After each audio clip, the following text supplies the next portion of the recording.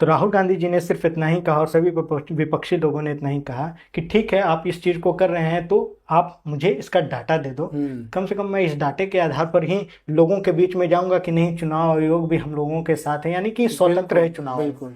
आप मुझे दे दो, मैं सिर्फ यही काम करूंगा। तो चुनाव आयोग ने जवाब दिया कि नहीं, ये आपके अधिकार में नहीं है। उन्होंने कहा कि हम विपक्षी पार्टी हैं और मैं नेता प्रतिपक्ष हूं, तो मुझे इस बात को जानने का हक है। तो उन्होंने कहा कि चुनाव आयोग ने कहा कि नहीं, हम इस चीज़ को किसी को साझा नहीं कर सकते हैं, ये संवैधानिक तौर पर बिल्कुल गलत है। जी। जब गलत है तो दूसरे पक्ष में अगर इस बात को देखिए तो सुधांशु त्रिवेदी जी जो भारतीय जनता पार्टी के सांसद है और जिनको चलता फिरता हम समझते हैं कि विकिपीडिया का, जी जी बिल्कुल। तो और अनुराग ठाकुर जी, वो एक सभा में बैठे हुए थे और उन्होंने सारा का सारा डेटा बता दिया कि कितने लोगों का नाम कटा है, कितने लोगों का नहीं कटा है। जब चुनाव आयोग देश की विपक्षी पार्टियों को इस बात का डेटा देने के लिए तैयार नहीं है, तो फिर आप क्यों आपने क्यों इस चीज को दे दिया? जब आपके पास डेटा है तभी तो आपने दिया।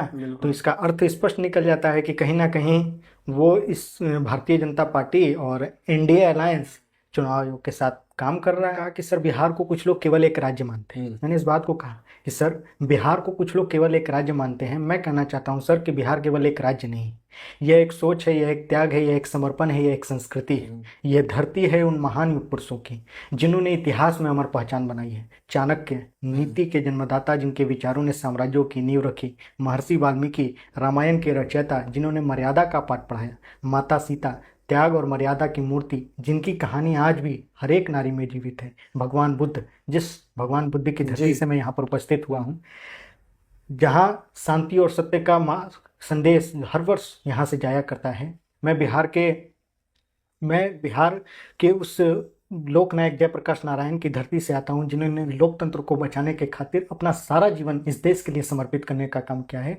मैं बिहार के उस जगह से आता हूँ जिसका नाम गया जी है और जिसका खुद का एक अपना इतिहास है। और बिहार वह है जो इतिहास लिखता नहीं है बल्कि इतिहास रचता है।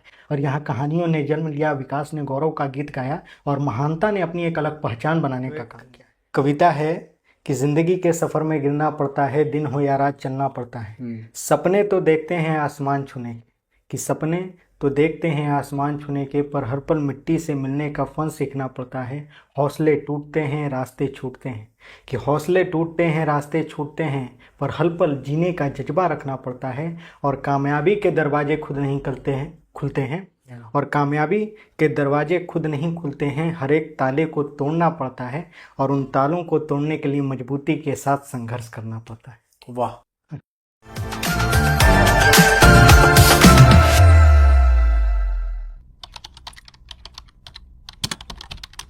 कहते हैं कि एक पल, एक लम्हा आपकी पहचान बनाने के लिए काफ़ी है। आज ऐसे ही शख्स हमारे साथ हैं। नाम है विराज कुमार। गया से चलकर आए हैं हमारे पास, हमारे पॉडकास्ट में, द अनफिल्टर्ड टॉक्स में। इनकी पहचान तब बनी जब इनको मौका मिला परीक्षा पे चर्चा कार्यक्रम में जाने का। और सिर्फ वहाँ गए ही नहीं, वहाँ उन्होंने प्रधानमंत्री श्री नरेंद्र मोदी जी से सवाल भी पूछे। तो जानेंगे आज विराज के खुद की ज़ुबान से क्या था, कैसे मौका मिला, कैसे प्रधानमंत्री से मिलने का मौका मिला।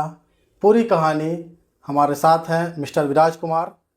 तो स्वागत है विराज आपका हमारे पॉडकास्ट में। बहुत बहुत धन्यवाद। The unfiltered talks. बहुत बहुत धन्यवाद सर आपका कि आपने अपने चैनल के माध्यम से आज सिरघाटी की इस पावन भूमि पर द अनफिल्टर्ड टॉक्स के माध्यम से मुझे बुलाने का काम किया। और ख़ास करके मेरी जो सफलता का राज है, मैं उस स्थान तक कैसे पहुंचा और कौन सी कठिनाइयां मेरे जीवन में आईं, इन सभी चीज़ों को लेकर के आपने अपने पॉडकास्ट चैनल के माध्यम से मेरी ज़ुबान के ज़रिए लोगों को बतलाने का एक अवसर मुझे दिया। इसलिए बहुत बहुत धन्यवाद सर आपका। सबसे पहले आप ये बताइए कि अभी आपकी पढ़ाई चल रही है। अभी जैसा कि जानते हैं हम कि आप 11वीं के छात्र हैं। इतना जल्दी उस मुकाम पे पहुंचना कोई आम बात नहीं है। किसी का एक सपना होता है कि प्रधानमंत्री जी से मिलने का अवसर प्राप्त हो। आपको वहां तक पहुंचने में किस तरीके का किस का योगदान है और क्या कठिनाई आई और कैसे मौका मिला, क्या थी पूरी कहानी बताइए। ज़रूर सर, अगर मुझे मौका मिला है इस बात को कहने का और ख़ास करके आपके चैनल के माध्यम से, तो ये ज़रूर है कि ये परीक्षा पे चर्चा कार्यक्रम हर वर्ष देश के माननीय प्रधानमंत्री जी के नेतृत्व में होता ज़रूर है, जी। लेकिन आज तक बिहार का कोई भी छात्र, स्कूली छात्र इस कार्यक्रम में सम्मिलित नहीं हुआ था। लेकिन ये अवसर मुझे मिला, और मुझे न केवल अवसर मिला बल्कि इससे पहले मेरा चयन इसी परीक्षा पे चर्चा कार्यक्रम के दरमियान सबसे पहला मेरा सिलेक्शन दीपिका पादुकोण मैम के साथ एक फिल्म का शूटिंग था जो मुंबई में था। वो शॉर्ट फिल्म का शूटिंग था इसी परीक्षा पे चर्चा कार्यक्रम के तहत। तो मुझे उसमें जाने का पहले अवसर मिला और मैंने उसमें भी अकेले बिहार का प्रतिनिधित्व किया, और बिहार का प्रतिनिधित्व करते हुए उस फिल्म की शूटिंग में मेरा स्टूडेंट का रोल था और मैंने स्टूडेंट के रोल को बखूबी निभाने का काम किया। जब मैं मुंबई से वापस बिहार लौटा तो हमारे इस परीक्षा पे चर्चा कार्यक्रम का मेरा जो बेड़ा उठाए हुए थे, जिसको हम बिहारी भाषा में कहते हैं, मेरी जिम्मेदारी जो उठाए हुए थे वो एनसीईआरटी विभाग के मुख्य सचिव थे, उनको ये जिम्मा सौंपा गया था। तो मैं जैसे ही मुंबई से वापस उनके ऑफिस में लौटा तो एकाएक मुझे पीएमओ से लेटर आया और कहा गया मुझे कि विराज, आपका सिलेक्शन प्रधानमंत्री जी के परीक्षा पे चर्चा कार्यक्रम में हो गया है। अच्छा। और आपको पूरे बिहार का प्रतिनिधित्व करना है। तो उस समय मेरे अंदर जो खुशी उत्पन्न हुई सर, जी। कि एक छोटे से गांव, एक छोटे से शहर से निकला हुआ लड़का, और ये बात खास करके बिहार में ज़्यादा प्रचलित है क्योंकि मैं एक सरकारी विद्यालय का स्टूडेंट हूँ, और बिहार के अधिकतर लोगों की ज़ुबान पर इस बात को झुठलाया नहीं जा सकता है। इस बात को मैंने सुना ही नहीं बल्कि देखा है। लोग कहते हैं कि बिहार के सरकारी विद्यालय के बच्चे किसी भी मुकाम तक नहीं पहुँच सकते हैं, लेकिन मेरा ये लक्ष्य था कि अगर मैं अपनी सफलता पाऊँगा तो बिहार के सरकारी विद्यालय के किसी एक विद्यालय में पढ़ करके मैं उस स्थान पर जाऊंगा, और मैं न केवल बिहार का प्रतिनिधित्व करूंगा बल्कि देश के माननीय प्रधानमंत्री जी के मुख से बिहार की तारीफ भी कराने का काम करूंगा अगर मेरा सिलेक्शन होता है तो। मैंने निश्चित रूप से वहाँ एनसीईआरटी विभाग के जो मुख्य सचिव थे उनसे मैंने अपनी बातों को कहा, तो उन्होंने कहा कि विराज, ये आपके लिए बड़े सौभाग्य की बात है और जिम्मेदारी की बात है कि पहला सौभाग्य की बात इसलिए है कि आपका सिलेक्शन प्रधानमंत्री जी के परीक्षा पे चर्चा कार्यक्रम में हुआ है, और आज तक बिहार का कोई भी छात्र इस कार्यक्रम में सम्मिलित नहीं हुआ है। ये मौका आपको मिला है, इसलिए आप सौभाग्यशाली हैं। और दूसरी तरफ इसको देखें, मैंने जिम्मेदारी शब्द का प्रयोग इसलिए किया क्योंकि जिम्मेदारी इसलिए आपके ऊपर है कि बिहार को आपको बहुत अच्छे तरीके से वहाँ पर रिप्रेजेंट करना है। मैंने कहा कि सर, आप बिल्कुल निश्चिंत हो जाइए, ये जिम्मेदारी अगर मुझे मिली है, मैं भी इस बिहार की धरती से आता हूँ और उस ज्ञान एवं मोक्ष की पावन धरती गया जी से आता हूँ, जिसका एक खुद का अपना इतिहास रहा है। तो मैं निश्चित रूप से आपसे वादा करके यहाँ से जाऊँगा सर, कि मैं वहाँ पर अगर जाऊँगा तो मैं प्रधानमंत्री जी के मुख से बिहार की तारीफ भी करा करके ही वापस लौटूंगा, जो मैंने अपने वादे को पूरा किया। ठीक है। हाँ, मैंने आपका वीडियो देखा, जी। आपके सवाल भी देखे। सबसे पहले एक बात जानना चाहेंगे आपसे, आपको क्या लगता है मौका मिलने की वजह क्या है कि आप वहाँ पहुँचे, कोई और नहीं पहुँचा? बहुत सारे स्टूडेंट कोशिश करते होंगे परीक्षा पे चर्चा में पार्टिसिपेट करने का, आपको वहाँ पे जाने का मौका मिला। इसमें किस्मत का खेल है या फिर आपकी मेहनत है? सर, अगर इसको हम सही नज़रिए से देखें तो इसमें एक कंपटीशन होता है। कुछ लोग, ये आप 5वें व्यक्ति हैं जो आप मुझसे इसी तरीके का प्रश्न कर रहे हैं। इससे पहले भी 4 लोगों ने मुझसे प्रश्न किया, तो मैं इसका जवाब पहले भी दे चुका हूँ और अब भी देना चाहता हूँ कि ये बिहार के हर सरकारी विद्यालय में आयोजित किया जाता है। कंपटीशन आयोजित किया जाता है जहाँ पर उन सरकारी विद्यालय में पढ़ने वाले एक्टिव बच्चों को, मैं भी अपने विद्यालय में और मेरे कुछ दोस्त भी हैं, वो अपने विद्यालय में हम लोग एक्टिव रहते हैं। किसी भी कार्यक्रम को लेकर के या किसी महापुरुषों की जयंती को लेकर के हम लोग एक्टिव रहते हैं कि इनकी जयंती आने वाली है, इनकी पुण्यतिथि आने वाली है, ये कार्यक्रम विद्यालय में होना चाहिए कि हमारा विद्यालय बेहतर हो सके। तो हम लोग इस चीज़ के लिए तत्पर रहते हैं। जब हम लोग विद्यालय में इस चीज़ के लिए एक्टिव रहते हैं तो निश्चित रूप से हमारे जो विद्यालय के सर हैं या मैडम हैं, वो लोग हम लोगों के प्रति समर्पित रहेंगे। आप ही को अप्रोच किया जाएगा। तो वहाँ पर हम लोगों के, मेरे विद्यालय से 2 हम लोग छात्र सिलेक्ट हुए, और मुझे इस बात की जानकारी भी नहीं थी कि मुझे उस कंपटीशन में प्रतिभागी बना दिया गया है। तो एकाएक सर का मुझे फ़ोन आता है और उन्होंने मुझसे कहा कि विराज, आप कहाँ हो? मैंने कहा कि सर, मैं तो अभी घर पे ही हूँ। तो उन्होंने कहा कि जितनी जल्दी हो सके आप विद्यालय में आओ, और जिला स्कूल में एक कंपटीशन आयोजित किया गया है और आपको वहाँ पर हमने प्रतिभागी विद्यालय की तरफ से चुना है। उन्होंने कहा कि निश्चित रूप से सर हम वहाँ पर जाएंगे। तो सभी लोगों ने, सब मतलब अलग अलग विद्यालय के जी। बच्चे वहाँ पर उपस्थित थे वहाँ कंपटीशन हो। और अलग अलग विद्यालय के जब बच्चे उपस्थित थे तो वहाँ पर एक विषय दिया गया था रियल वर्सेस रियल लाइफ के बारे में। जी। तो वहाँ पर सभी बच्चों ने लगभग real versus real life, real life, इसके बारे में हम लोगों को बताना था कि आखिर ये क्या है। जिस तरीके से हम लोग इस बात को कहते हैं कि विज्ञान वरदान है या अभिशाप है, उसी तरीके से इस आधुनिक युग में जी। जहाँ हम टेक्नोलॉजी को आगे बढ़ा रहे हैं, सही बात है। तो वहाँ पर रियल वर्सेस रियल लाइफ का हमारे जीवन में प्रभाव क्या पड़ रहा है और उसका प्रकोप क्या हो रहा है, इस चीज़ को हम लोगों को बताना था। बिल्कुल। सभी बच्चों ने अपनी अपनी बातों को बखूबी तरीके से रखने का काम किया। मैंने भी अपनी बातों को रखा। अब ये मैं नहीं कर सकता हूँ सर कि वहाँ पर शिक्षा विभाग के जो बैठे हुए लोग थे उन लोगों ने मेरे अंदर क्या देखा। ये जरूर था कि सभी लोगों ने अपनी अपनी बातों को रखा, मैंने भी अपने। वहाँ से हम लोगों को 2 सिलेक्ट हुए हम लोग, और हम लोगों को कहा गया कि आप 2 लोगों का कल कंपटीशन होगा। मैंने कहा ठीक है सर, अगर इतने बच्चों के बीच में अगर कंपटीशन हुआ और उनमें से छट करके हम लोग 2 निकले हैं और हम दोनों में कंपटीशन होगा तो निश्चित रूप से हाँ, तो इसमें एक को ही जाना था। तो हम लोग कल उपस्थित होंगे सर, हम लोग में फिर से कंपटीशन होगा तो बेहतर है।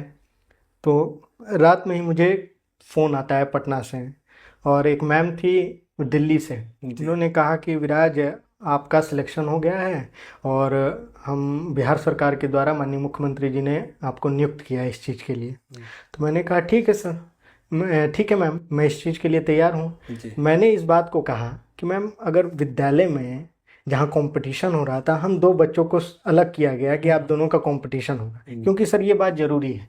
अगर हम दोनों में से अगर किसी का एक का सिलेक्शन होना तय है जी, और अगर मैं अपने विद्यालय में एक्टिव हूँ और आप अपने विद्यालय में एक्टिव नहीं है, तो आपको ये लगेगा कि आखिर इसके अंदर क्या है, इसने कुछ पैरवी भी लगाया होगा उस काम को करने के लिए।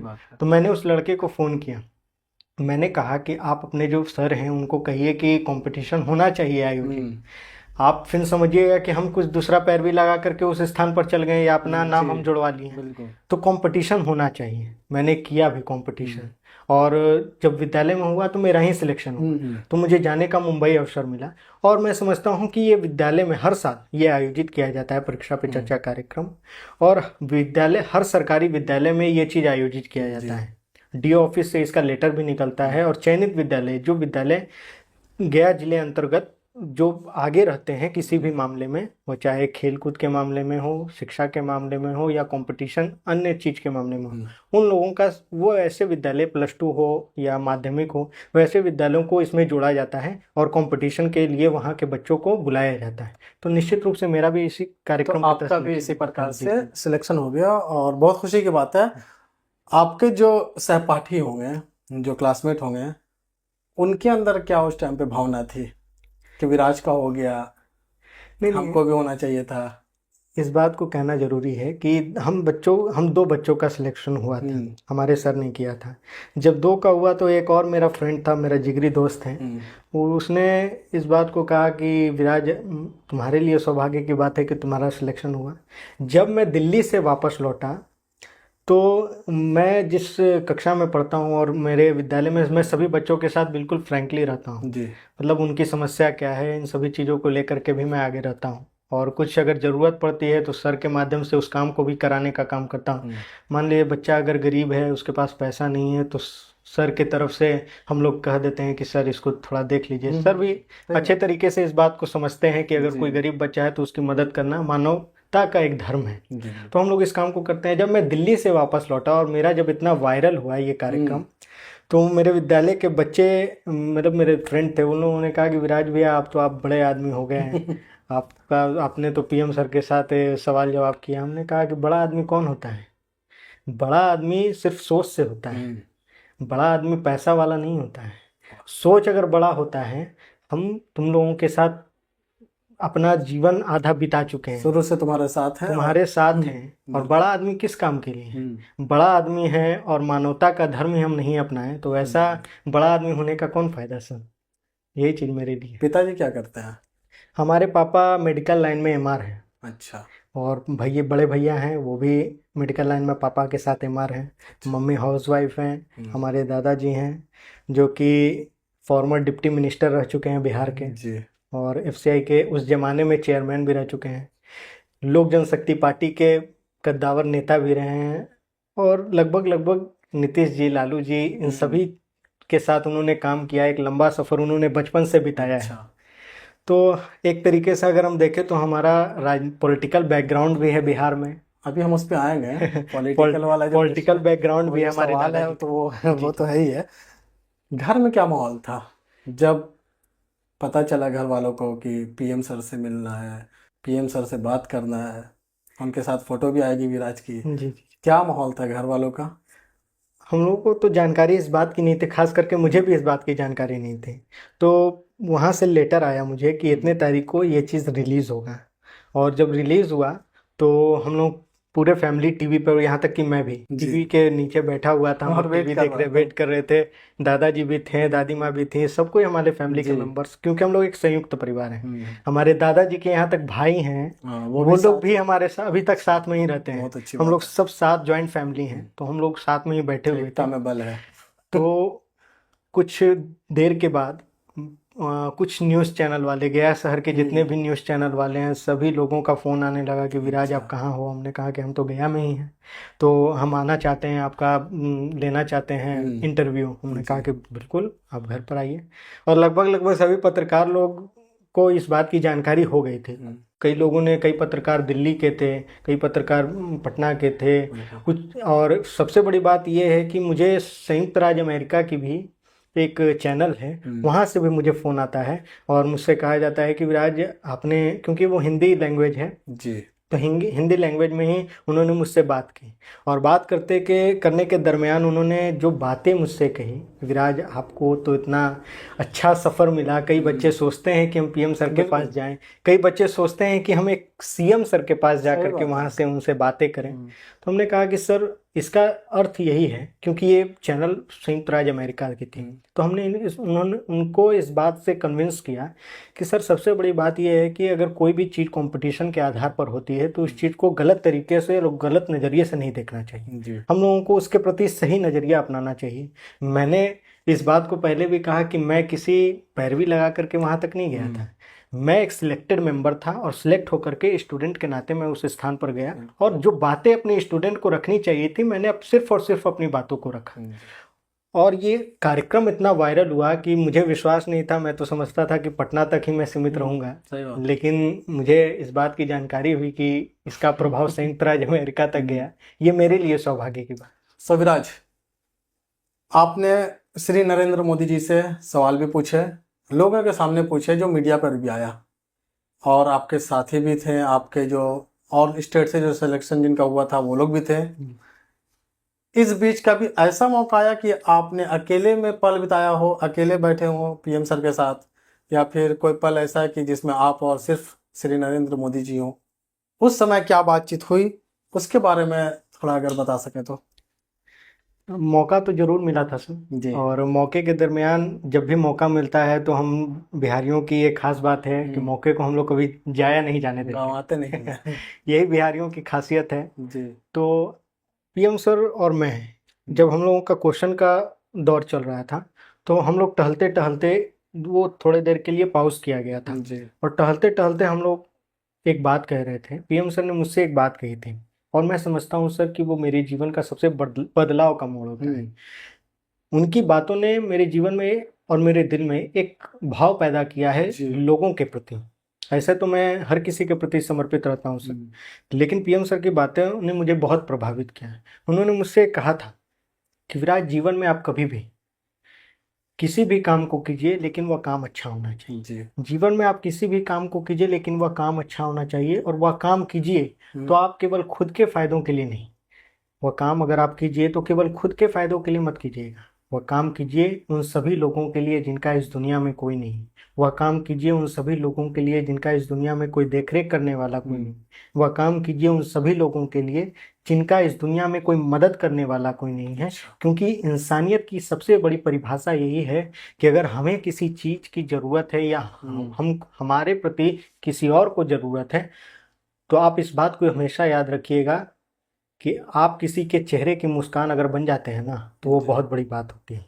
इसलिए ये मेरे जीवन का सबसे बड़ा बदलाव का मोड़ था सर, कि जब मैं वहाँ से वापस लौटा था। और इससे पहले भी मैं, अगर मुझे तन से मन से धन से, अगर मुझे जिस चीज़ से जो मदद करने की सहायता अगर हो जाती है जी तो मैं लोगों की मदद करता हूँ। क्योंकि मेरा अब एक ही उद्देश्य बन गया है सर, कि अगर मैं किसी के चेहरे के मुस्कान बन जाता हूँ तो मैं आखिर उसके चेहरे का मुस्कान क्यों ना बनूं, सही मैं बात। उसकी मदद की सहायता का मुकाम क्यों ना बनूं। बिल्कुल। ये मेरे लिए सबसे बड़ा बदलाव था सर। बहुत अच्छा लगा सर आपकी बात सुन करके, और पीएम सर ने आपको इस तरीके से आपकी ज़िंदगी को लेकर के बताया, आगे किस तरीके से जी जी आपकी सोच को बदलने का काम किया। सबसे पहले हम एक सवाल इसमें ये ऐड करेंगे कि आपका सवाल क्या था और उन्होंने जवाब क्या दिया। सवाल तो पूरे मीडिया पे दिखा लीडरशिप को लेकर के, जी और इतना शॉर्ट क्लिप इनका भी दिखा, श्री नरेंद्र मोदी जी का भी, कि बिहार का बच्चा हो और राजनीति का सवाल नहीं करे। क्या सवाल था आपका, और क्या पूरा जवाब आपको संतुष्टि भरा मिल पाया था? हाँ, बताइए वो क्या सवाल था सर, ऐसे तो वहाँ पर मेरे सामने 2 सवाल थे, जी लेकिन मुझे याद है कि जब हमारे शिक्षा विभाग के, केंद्रीय शिक्षा विभाग के मुख्य सचिव वहाँ पर थे, तो उन्होंने मुझसे कहा था कि विराज, आप स्क्रिप्टेड प्रश्न पूछिएगा कि आप अपने मन से पूछिएगा। मैंने कहा कि सर मैं स्क्रिप्टेड प्रश्न नहीं पूछना चाहता हूँ, क्योंकि वहाँ पर कई स्टेट के बच्चे आए हुए थे, उन सभी लोगों को स्क्रिप्टेड प्रश्न पूछना था, तो उन लोगों ने अपनी अपनी बातों को पूछा। मैंने कहा कि सर मैं एक रिक्वेस्ट आपसे करना चाहता हूँ, छोटा मुंह बड़ी बात है सर, क्योंकि आप बड़े पोस्ट पर हैं और मैं एक स्टूडेंट हूँ, लेकिन मेरा ये एक भाव है कि अगर मैं प्रश्न करूंगा तो स्क्रिप्टेड नहीं, मैं अपने मन से प्रश्न करूंगा। जी इसलिए प्रश्न करूंगा क्योंकि मैं बिहार से आता हूं, और मैंने वो प्रश्न तैयार भी किया है। अगर आप कहें तो मैं उस प्रश्न को, बिल्कुल। क्या था प्रश्न? वो प्रश्न था सर लीडरशिप से संबंधित। मैंने प्रश्न किया था, माननीय पीएम सर, आप काफ़ी लंबे समय से लीडरशिप के पद पर रहे हैं सर, आप देश ही नहीं बल्कि दुनिया के सबसे बड़े ग्लोबल लीडर हैं सर, हम आपसे लीडरशिप के बारे में कुछ सीखना चाहते हैं, वो 2-3 बातें जो हम बच्चों के लिए महत्वपूर्ण हो। तो पीएम सर ने मेरे कंधे पर हाथ रखा और कहा कि विराज, बिहार का लड़का आए और राजनीति से संबंधित प्रश्न न करे, ऐसा कभी हो नहीं सकता है। तो ये मेरे लिए गर्व की बात है सर, कि जो संकल्प मैंने अपने आप से लिया था, उस संकल्प को मैंने पीएम सर के मुख से कराने का काम किया। राहुल गांधी से कुछ कनेक्ट कर पाते हैं? क्या सोच लगती है, क्या विचारधारा राहुल गांधी की, और पुरानी कांग्रेस और नई कांग्रेस में कितना फर्क है? इस बात को समझिए सर, कि जब राहुल गांधी जी, जब कश्मीर से लेकर कन्याकुमारी तक जब उन्होंने अपनी भारत जोड़ो यात्रा शुरू की, जी तो एक दौरा मुझे उनका याद है कि कश्मीर में वो जब अपनी भाषण को दे रहे थे, तो वहाँ पर बर्फबारी नहीं हो रही थी। जी जब वो वहाँ पर एंट्री किए, उनकी भारत जोड़ो यात्रा वहाँ पर आई, तब वहाँ पर बर्फबारी होने लगी। तो वहाँ पर एक नौजवान था, मैं समझता हूँ मेरी ही उम्र का था, उसने एक न्यूज़ वाले से कहा कि आज तक जम्मू और कश्मीर में कभी भी इतनी बर्फबारी नहीं हुई, लेकिन ये भारत जोड़ो यात्रा की एक तस्वीर है, एक लाइन है, जो राहुल गांधी को ऊपर वाला आशीर्वाद दे रहा है कि आप न्याय के पथ पर चल रहे हैं, आपको एक अच्छा प्रेफरेंस मिल रहा है, लोगों का साथ मिल रहा है। दूसरी तरफ कांग्रेस पार्टी का एक अधिवेशन था, जहां पर मैं समझता हूं सर कि पहला कांग्रेस पार्टी या अन्य किसी दल में, वो चाहे भारतीय जनता पार्टी हो या जदयू में, कोई भी आदमी ये एक्सेप्ट नहीं करता है कि हम गलत हैं, लेकिन राहुल गांधी जी ने कांग्रेस के अधिवेशन में ये एक्सेप्ट किया कि कांग्रेस पार्टी में भी गलतियां हैं, उस गलतियों को सुधारने की जरूरत है। और जिस दिन कांग्रेस पार्टी की वो गलतियां सुधर गई, कांग्रेस पार्टी को सत्ता में आने से कोई नहीं रोक सकता। ये बहुत बड़ी बात है सर। आज तक कांग्रेस पार्टी का भी इतिहास उठा करके देख लीजिए, या अन्य पार्टियों का, किसी ने भी अपनी पार्टी के अंदर क्या गलती है नहीं लोगों के सामने साझा नहीं किया, लेकिन राहुल गांधी पहला व्यक्ति है जिन्होंने इस चीज को साझा किया। सोच अच्छी है सर राहुल गांधी की भी, एक बदलाव की बयार लेकर के चले हैं। अगर साथ बिहार की जनता देती है तो निश्चित रूप से, क्योंकि देखिए बिहार की जनता और देश की जनता का मूड अलग होता है, सर्वे अलग होता है, सर्वे हर पार्टी अपना अपना सर्वे करता है, और सर्वे के दौरान हम लोग ये यहाँ पर देखते हैं कि नहीं, यहाँ पर ये बाहुल इलाका है, यहाँ पर आपको ज़्यादा, लेकिन जब चुनाव परिणाम आते हैं हम लोग हार जाते हैं और लोग जीत जाते हैं। सर्वे का करने का तरीका अलग होता है और जनता की चाहत का तरीका अलग होता है। तो राहुल गांधी ने एक बात कहा था सर उसी अधिवेशन में, कि आप मुझसे नफरत करो, आप मुझसे बैर रखो, आप मुझे गाली दो, लेकिन मैं नफरत की बाजार में मोहब्बत की दुकान खोल रहा हूँ। ये बहुत बड़ी बात है सर। राहुल गांधी जी बहुत अच्छा काम कर रहे हैं। अभी वोट चोरी अधिकार का मामला आ रहा है, कैसा देखता है 20 साल का युवा लड़का जो गया से बिलोंग करता है, वो इस चीज़ को कैसे देखता है? वोट चोरी नाम की चीज़ पहले से थी या बीजेपी आने के बाद ये चीज़ बढ़ गई? और जो राहुल गांधी ने ये बीड़ा उठाया है, ये बात जाहिर की है, चुनाव आयोग तक बात गई, चुनाव आयोग का इसके पर क्लियरेंस भी आया, तो क्या ये सब चीज़ को कैसे देखते हैं? ये सबसे पहली बात है कि हम किसी पार्टी से जुड़े हुए नहीं हैं। हम बिल्कुल स्वतंत्र हैं, स्वतंत्र भारत का स्वतंत्र तो नागरिक है। स्वतंत्र तरीके से बताइए। तो ये बात है कि जब हमारा नियत साफ है, जब हमारा मन साफ है और जब हमारा दिल साफ है, तो आप सच्चाई को कितने भी छुपाने की कोशिश कीजिएगा ना, तो एक ना एक दिन आपकी जुबान पर वो सच्चाई आ जाती है। इस बात को विपक्ष के लोगों ने, वो चाहे राहुल गांधी जी हों या अखिलेश यादव जी या अन्य कोई पार्टी के जो बड़े बड़े विपक्षी दल हैं, उन लोगों ने कुछ दिनों पहले चुनाव, जो डाटा है, मैं पूरी जानकारी नहीं जानता हूँ, लेकिन जो डाटा है, मैंने जहाँ तक इस चीज़ को पढ़ा है पेपर में भी और ऑनलाइन तरीके से भी, तो वहाँ पर मैंने इस चीज़ को देखा है और समझा भी कि कल तक चुनाव आयोग इस बात को कह रहा था कि कोई गलती नहीं है, किसी प्रकार की कोई दिक्कत नहीं है, सब चीज़ टकाटक है, किसी प्रकार का कोई दिक्कत नहीं।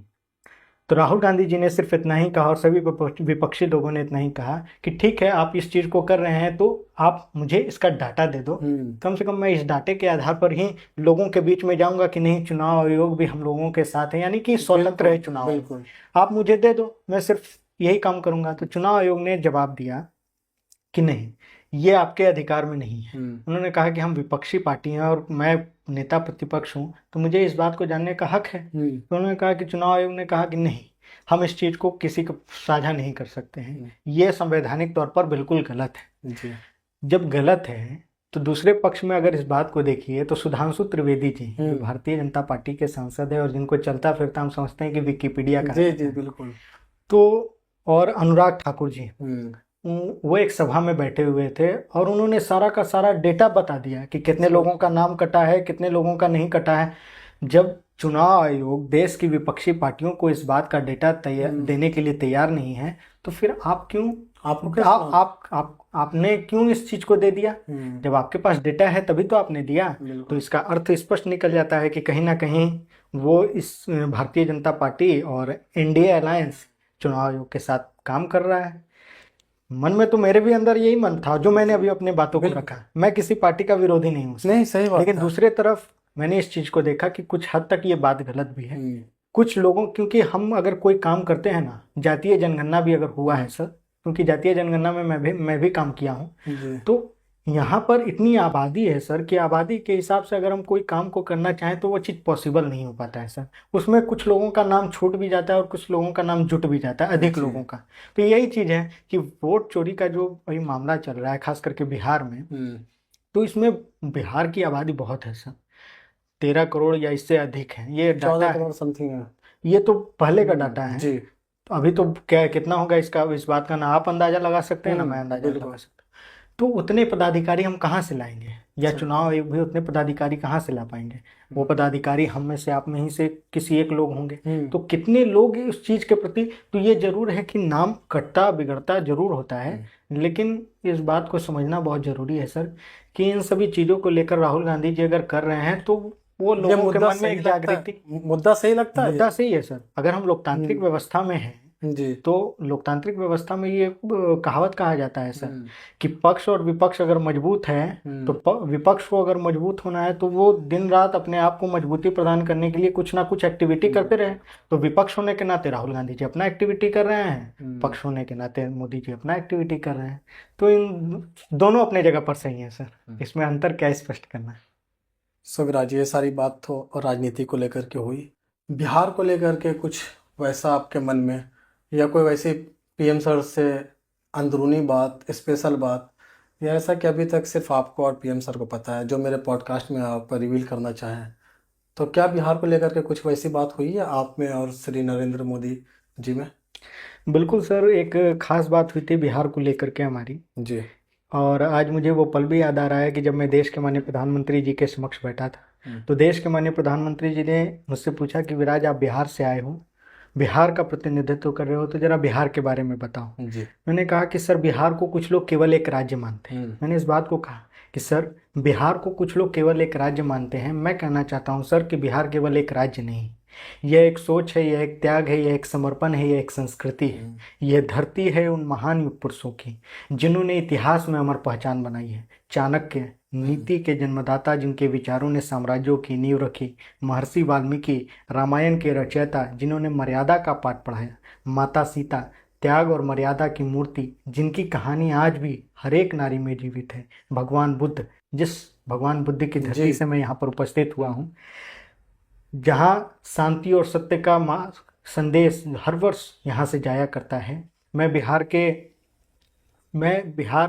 के उस लोकनायक जयप्रकाश नारायण की धरती से आता हूँ जिन्होंने लोकतंत्र को बचाने के खातिर अपना सारा जीवन इस देश के लिए समर्पित करने का काम किया है। मैं बिहार के उस जगह से आता हूँ जिसका नाम गया जी है और जिसका खुद का एक अपना इतिहास है। और बिहार वह है जो इतिहास लिखता नहीं है बल्कि इतिहास रचता है। और यहाँ कहानियों ने जन्म लिया, विकास ने गौरव का गीत गाया और महानता ने अपनी एक अलग पहचान बनाने का काम किया है। तो ये मेरे लिए सौभाग्य की बात थी कि मैं एक परिभाषा तैयार करके गया था, जिस परिभाषा को पीएम सर को मैंने बताने का काम किया। तो पीएम सर काफ़ी खुश हुए इस बात को सुन करके कि एक बिहार का लड़का आकर के एक लाइन में ही परिभाषा के दरमियान इसने पूरे बिहार की गौरव गाथा को एक बिल्कुल परिभाषा के रूप में बतलाने का काम किया। और मुझे याद है कि पीएम सर एक डायरी रखते हैं अपने साथ, और वो डायरी इसलिए रखते हैं क्योंकि उनकी डायरी लिखने का एक शौक़ है। और शौक़ इसलिए तो उन्होंने मुझसे वो परिभाषा जो है वो परिभाषा खुद लिख रहे थे और मैं बता रहा था। तो ये भी मेरे लिए सौभाग्य की बात है कि एक देश के सबसे बड़े प्रधानमंत्री जो ग्लोबल लीडर हैं वो मेरी बातों को एक डायरी में लिख रहे हैं, जो हर समय अपने पास रखते हैं उस डायरी को। और कभी ना कभी आप किसी मंच पर देखिएगा वो अपने पैकेट से उस डायरी को निकाल करके किसी ना किसी बातों को लिखते रहते हैं। तो ये मेरे लिए सौभाग्य की बात है सर कि मैं इस परिभाषा को मुझे रखने का अवसर मिला। और जितना समय मुझे मिला पीएम सर के साथ वक्त बिताने का, रहने का, मैं समझता हूँ कि बहुत कम ही छात्रों को मिला। बहुत अच्छी बात है विराज। शादी का क्या इरादा है विराज का? ये सब तो राजनीति हो गई। पर्सनल लाइफ में क्या है? अभी सब तो सही चल रहा है या फिर शादी करके सेटल होना है? उम्र ही अभी नहीं हुई है सर, शादी तो बड़ी दूर की बात है, अभी उम्र ही नहीं है। अभी तो पढ़ने की उम्र है, संघर्ष करने की उम्र है।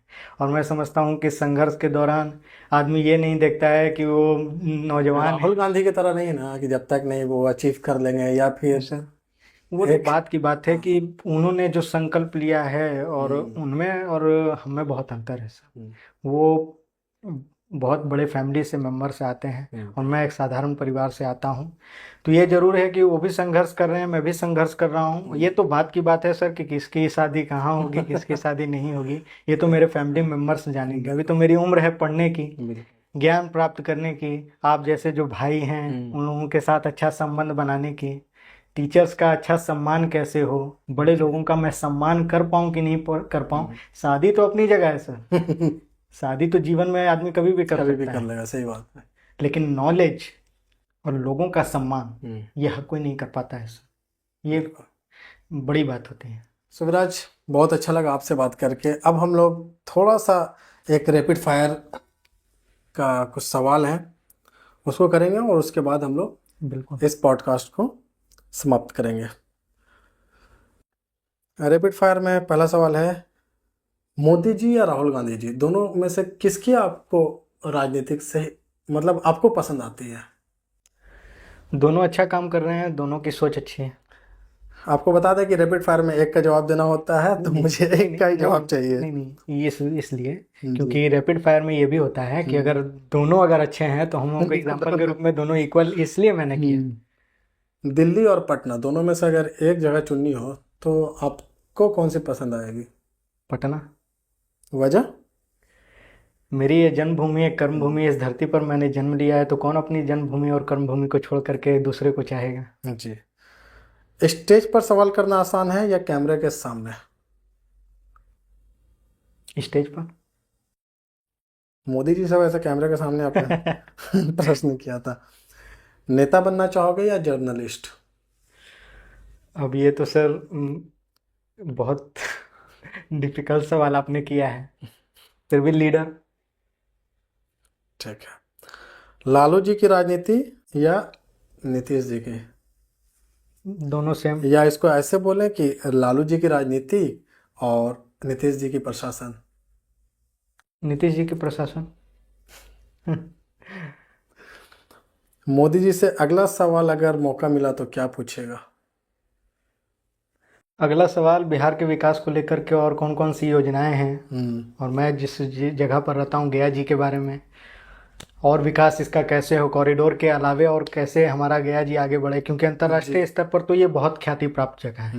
और मैं समझता हूँ कि अभी ये राष्ट्रीय ही हुआ है, भले हवाई अड्डा अंतर्राष्ट्रीय हो गया हो, कॉरिडोर बनने से इसका और अंतर्राष्ट्रीय होगा, लेकिन मैं समझता हूँ कि इस जगह को ही अंतर्राष्ट्रीय पर्यटन स्थल घोषित करना चाहिए, ये मैं मांग रखूंगा। विशेष राज्य का दर्जा कब मिलेगा आपको, कुछ लगता है बिहार उस मुकाम पे कब पहुंचेगा कि विशेष राज्य का देखिए, दर्जा? विशेष राज्य का दर्जा प्राप्त करने के लिए कुछ कानूनी तरीके होते क्राइटेरिया हैं, कुछ क्राइटेरिया है, उस क्राइटेरिया को अभी बिहार पूरा नहीं कर पाया है। है जी। अगर वो कर लेगा तो निश्चित रूप से। पढ़ाई में आपका फेवरेट सब्जेक्ट कौन सा है? Political science. ऑब्वियसली। एक शब्द में अगर खुद को डिफाइन करना हो तो आप क्या बोलिएगा? एक शब्द में अगर खुद को डिफाइन करना है, समाज सेवी। सोशल मीडिया के बिना जी सकते हैं? आज के ज़माने में तो संभव नहीं है। पॉलिटिक्स में सबसे बड़ा झूठ क्या होता है? सच को झूठ बनाना। एक सवाल है, प्यार में दिल टूटा तो शायरी लिखोगे या पीएम से सवाल करोगे? अब इस बात का जवाब तो मैं नहीं दे बता दो। ये तो अपने तक ही सीमित रखना है। अगर वो काम कोई कर रहा है तब। सो विराज, ये थे कुछ रैपिड फायर जो आपसे पूछे गए हैं और आपने उसका सही सही या अपने हिसाब से जवाब दिया। तो विराज, ये तो थे कुछ रैपिड फायर, और अब आप लास्ट में अगर अपनी जनता से, अपने चाहने वालों से, या आपको जो सुनना चाह रहे हैं और मेरे व्यूवर से अगर थोड़ा सा कुछ कनेक्ट करके बात करना चाहें, कोई एक मैसेज देना चाहें, तो आप क्या बोलिएगा? कैमरे में देख करके बताइए। देखिए सर, अगर मैं इस स्थान पर पहुंचा हूं तो अपनी मेहनत की बदौलत, और भाग्य तो अपनी जगह पर है, तो मेहनत के प्रति ही एक छोटी सी पंक्ति है, क्योंकि मैं शायर भी हूँ। अच्छा। पंक्ति भी लिखता हूँ, कविता भी लिखता हूँ।